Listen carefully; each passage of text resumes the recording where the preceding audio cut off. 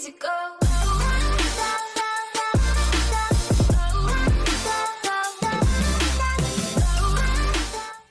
Welcome back again, Buc Bros. We're back at you. The Bucs stand 4-1 after defeating the Dolphins 45-17. And as always, we're back and bringing you our takes on the game. At first, let me welcome back the Buc Bros. How you guys doing? Fantastic, man. Hey, broadcasters, man. Glad to be back after that ass whooping of a game against the Dolphins. Oh, yeah. Good to be here and talking about that game for sure. Yeah, a lot different feeling after that game than after our former game against the New England Patriots. So, guys, let's jump into what we usually do here, the game review. So we come off against the Dolphins 45-17, as I said, but it was pretty close in the third quarter. It was a 7-point game heading into the fourth, I believe. So a little closer than the score intended. Let me start with Buc Bros. What did you see this game? What you like, obviously, other than the score? Well, there's not a whole lot I didn't like about this game, that's for sure. The offense looked great. Tom Brady had a career day. First time he's thrown for over 400 yards and 5+ touchdowns. Unfortunately, injured his hand there at the end of the first half, so hopefully he'll be okay going into the Philly game this week. But yeah, the offense looked great. The receivers ran really good routes. Antonio Brown, Mike Evans, Chris Godwin all got in the action. Tyler Johnson there at the end had a few catches. Unfortunately, didn't get into the end zone there at the end. So again, I think we thought the offense was just going to be fine. Had a sloppy game against the Patriots, but that, I think that was mostly due to the weather and just kind of how the Patriots were playing. And, Tom Brady probably had a lot of nerves in that game. So just like I had mentioned before, I thought he was going to come out and have a good day, and obviously he did. From the defense, we played pretty well. I think the first half, the Dolphins, for some reason, we just couldn't defend those short outs. Those 5-yarders. Myles Gaskin had a good day sitting on my bench for fantasy, so that was disappointing. But that being said, the pressure continued. We got to Jacoby Brissett. Granted, he did injure his hamstring there in the second quarter, I believe, so that probably made him a little bit more immobile than normally he would be. But the defense got pressure. The secondary they look to be gelling a little bit. I know we're still injured in the back, but Russ Cockrell really had a good game. Richard Sherman did some nice things. So it'll be interesting to see once we get some of those key pieces back, like Antoine Winfield. Hopefully Sean Murphy-Bunting comes back soon. And then Carlton Davis doesn't look like he needs surgery on that quad, but he'll probably be out for quite some time. That being said, though, I thought overall, great performance, great day to be a Bucs fan. Just a great overall win. Yeah, it's got to be a great day. Not many games where you get to say you got to see Tom Brady set an individual personal record with the 400 yards and 5 touchdowns in this game. Let me go to Buc Bro Zach. I know you were going to take the defense in this game, and I know Bryce hinted on a little bit. Seems like they're turning in quarter in terms of pressure and just getting a little bit more of a footing in creating turnovers and making offense make mistakes. What did you see out of them this game? Yeah, 3 sacks, 2 turnovers. They looked good. Obviously, they got to Brissett. They had him a little bit rattled, and they can't run the ball. Teams struggle to run the ball against us on our worst days. They certainly did this week. They kept them under 20 points. I mean, that's the formula, right? We're going to score points. We just have to keep them, 2 or 3 scores. We're going to be in a good spot. So I like what the defense did. No real complaints. Bryce touched on a lot of the offense. They looked sharp. 1 punt. I mean, that to me, that's kind of like my favorite stat of the game. I want as few punts as possible. So all in all, it's just a really strong performance. I don't have a lot of critiques, maybe fewer penalties, but I mean, overall, just really great, dominant game. Best we've looked, I think, all season. Maybe the Atlanta game, but I think it's still this is the best we've looked. Yeah, I have to agree with you. They're definitely the best that I've seen us play this season. Not that I've seen us play a lot this season. John, what about you? What did you see this game? Anything else that you'd like to talk about that hasn't been touched on? For me, it was the individual performances from players that we needed to see a spark from. So you got to see little things. You got to see Ronald Jones catch a pass and run for a first down. We've always had some trouble catching balls out of the backfield, and if he can develop into a pass catching back to complement guys like Giovanni Bernard, then that's just a plus for the team. Jamel Dean comes back from an absence, gets an interception. You get to see Russ Cockrell go out there and make some plays in the secondary where he's stepping up to contribute a little bit more. OJ Howard starts the game off with a big first down to start one of our first drives. So those kinds of things for me meant more than stomping on the Miami Dolphins. That's a team we should have beat, but it was fun for me to see the development in those individual areas. And then even at the end of the game in garbage time to have Blaine Gabbert come in and march down the field effectively, that also has to give you hope as a Bucs fan that even if, God forbid, the worst happens and Tom Brady does go down for whatever reason this season, we know we have a capable backup there who can exploit the offensive weapons we have. And so it was just nice to see all of those individual pieces getting better. And that's what we should be doing each week. And that all seemed to be happening this week. Yeah, you gotta like that. And to your point, my favorite part offensively is that we saw a lot of people touch the ball. You saw Ronald Jones, Leonard Fournette had a good game, Mike Evans and AP went off. Chris Godwin had timely catches for first downs. OJ Howard, as you mentioned, had timely catches for first downs. So it seemed like everybody got involved offensively in this game. It looks like we just have a great communication along everybody, all 11 players that step onto the field for offense. And defensively, you just kind of have to like what you see in the second half. It was a little close. I know we were holding our ground a little bit in the first three quarters, but to come out in the second half and kind of put our foot on the ground and not let them get any more points was, or I don't know, I forget if they came in with 10 or 17 at the half, but we definitely stopped them and made our stand in the second half. And you got to like to see teams that are supposed to win games like that. One cool defensive stat that I just wanted to share with everybody is that the Buccaneers rush defense, they're on pace to allow about 750 yards total rushing yards this season, which would smear or smash the previous record of about 960 yards held by the 2000 Ravens. That team played 16 games. This is on pace for a 17-game season. So that's how dominant the Bucs defense has been against the run this season. As we look forward, guys, talking about wins on our season and hopeful games that we're supposed to win. We come in a short week, coming in Thursday night. I think we're going to Philly.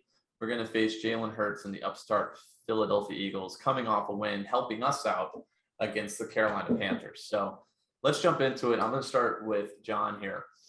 What's the key to this game? And then, of course, as we always like to do, your fantasy player to watch for the Buccaneers. The key to this game for me is going to be limiting the Eagles offensively. We are going to be missing some pieces on defense, most notably Levante David and Anton Winfield Jr. So I think as long as the guys that we have on defense can put up a good showing, they don't even have to be an exceptional showing, just come out and play strong, especially on the front seven. We should be able to stay out in front in this game. I'd like to see the Bucs perform a little bit better in prime time, even in the Tom Brady era. So that would mean a lot to me. And then fantasy this week, I'm going with Leonard Fournette. I think this is going to be a game where establishing the run is going to be important for us.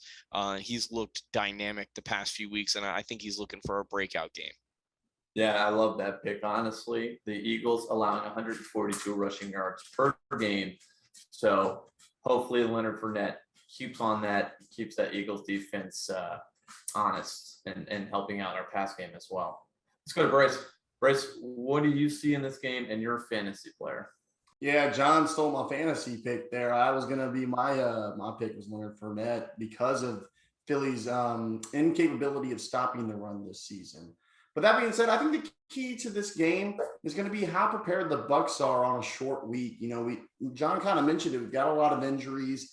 Even Tom Brady's a bit banged up. short week on the road. Just reminds me a lot of last year's Chicago game. And we came out and we were very sloppy, a lot of penalties, a lot of misplays. The defense played okay, but it was just one of those games that we did not play up to our capabilities.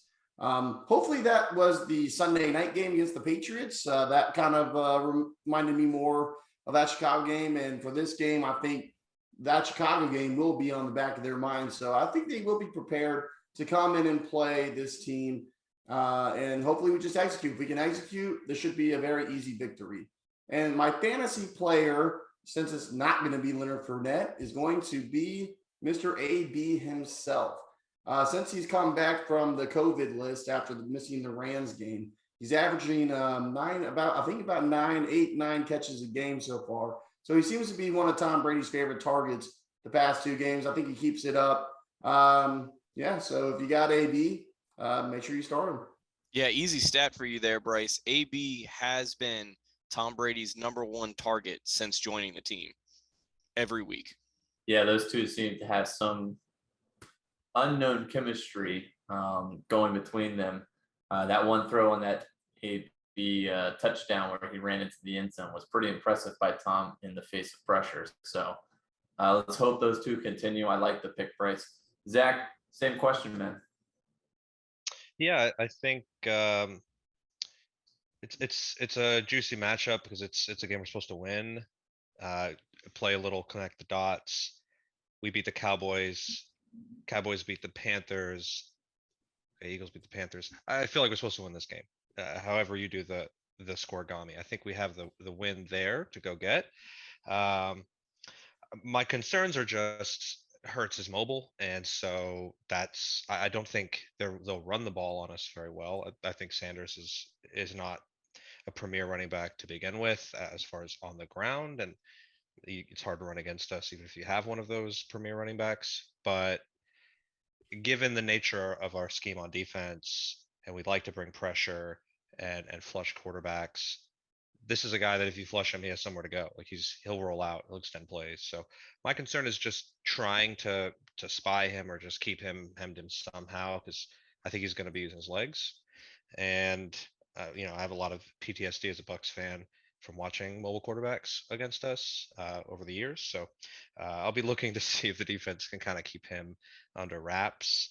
And then, their receiving core is young, but they're explosive, so they can hit you over the top. So we'll want to make sure we stay home if they hit us with any kind of RPO or play action. So that's my concern going into it. I understand the love for Lenny. The Eagles are a bad run defense, and that's how teams have beaten them is they can't tackle, they can't fill up gaps. So I assume that we will run the ball. We should. If we aren't, they're actually pretty decent against the pass. That might be kind of one of those things where teams don't need to throw the ball. But I guess if Lenny's taken twice over, really, 2 people were going to take him ahead of me. So I'll go Tom. Maybe some narrative there, revenge. Team that beat him in a Super Bowl. And if we're able to run the ball and we can set up the play action, that tends to suit his skills. So I'll go Brady on the fantasy front. Pretty easy pick there. He's I think he was voted the offensive player of the week for the NFC.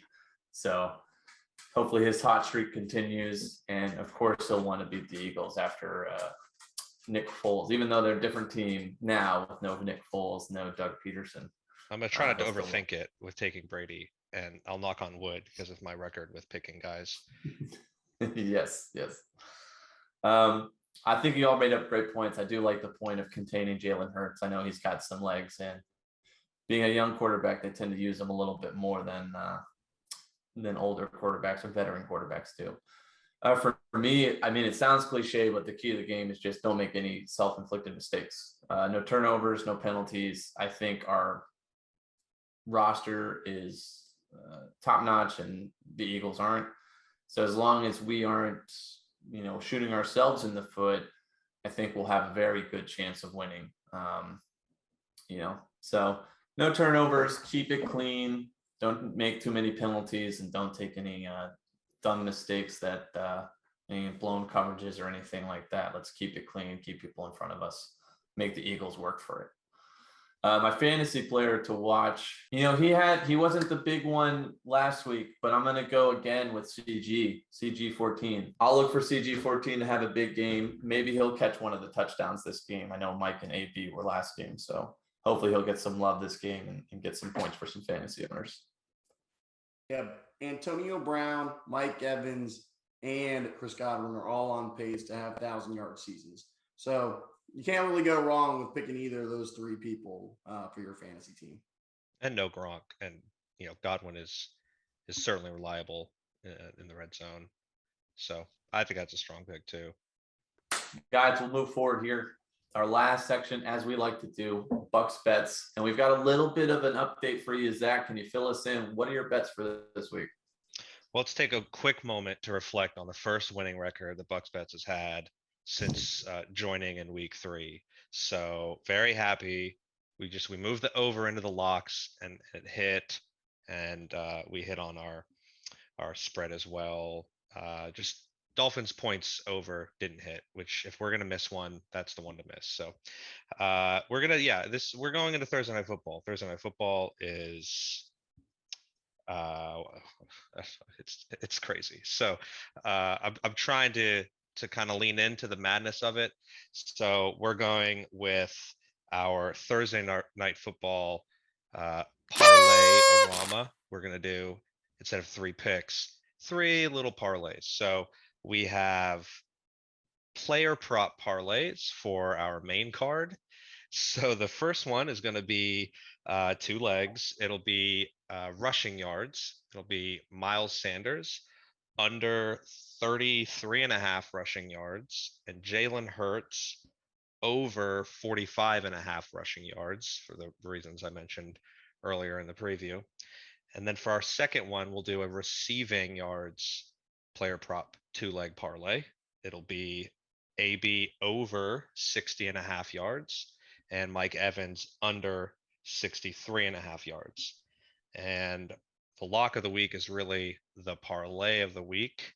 It's going to be 3 legs. We're going to do over 49.5, Bucs minus 5.5 for the game, and then Bucs over 14.5 for the first half.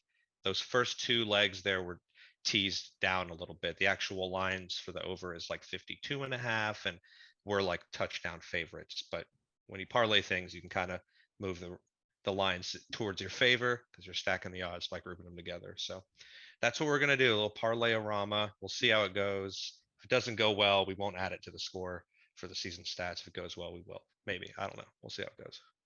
Yeah, I like it, man. Thursdays, they're hard to judge with just a short week.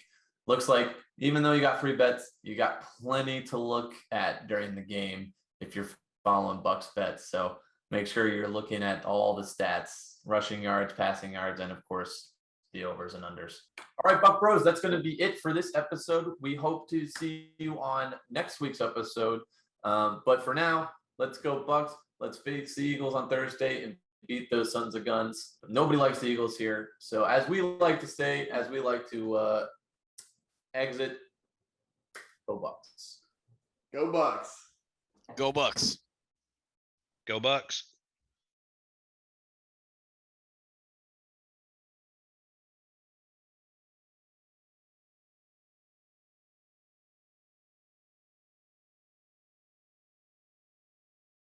So I'm going to do a little RIP segment to John Gruden.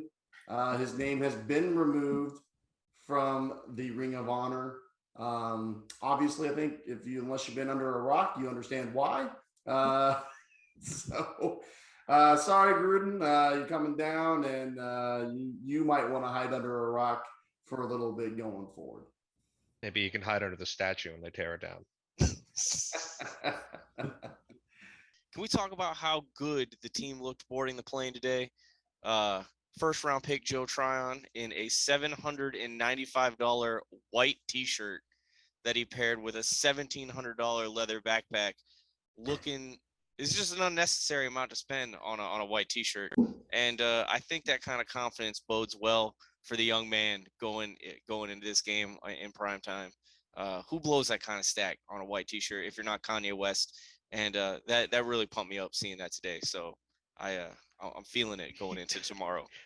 He just got that money, man. He just got it. Yeah, I like the a couple fashion months police ago. segment you got.